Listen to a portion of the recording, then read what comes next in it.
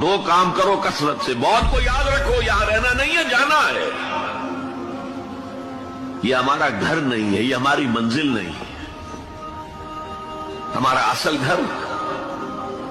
جو حضور نے فرمایا انما الدنیا خلقت لکم وانتم خلقتم للآخرہ،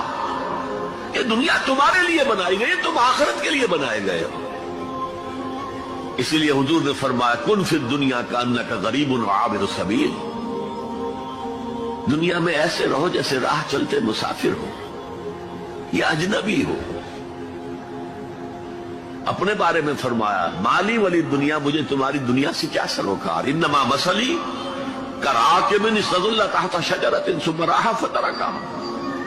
میری مثال اس مسافر کی سی ہے جو ذرا سسکانے کے لیے کسی درخت کے سائے میں بیٹھتا ہے تھوڑی دیر، وہ اس کا گھر تو نہیں ہے، اس کی منزل نہیں ہے، پھر وہ اس کو چھوڑتا ہے، اپنا راستہ لیتا ہے۔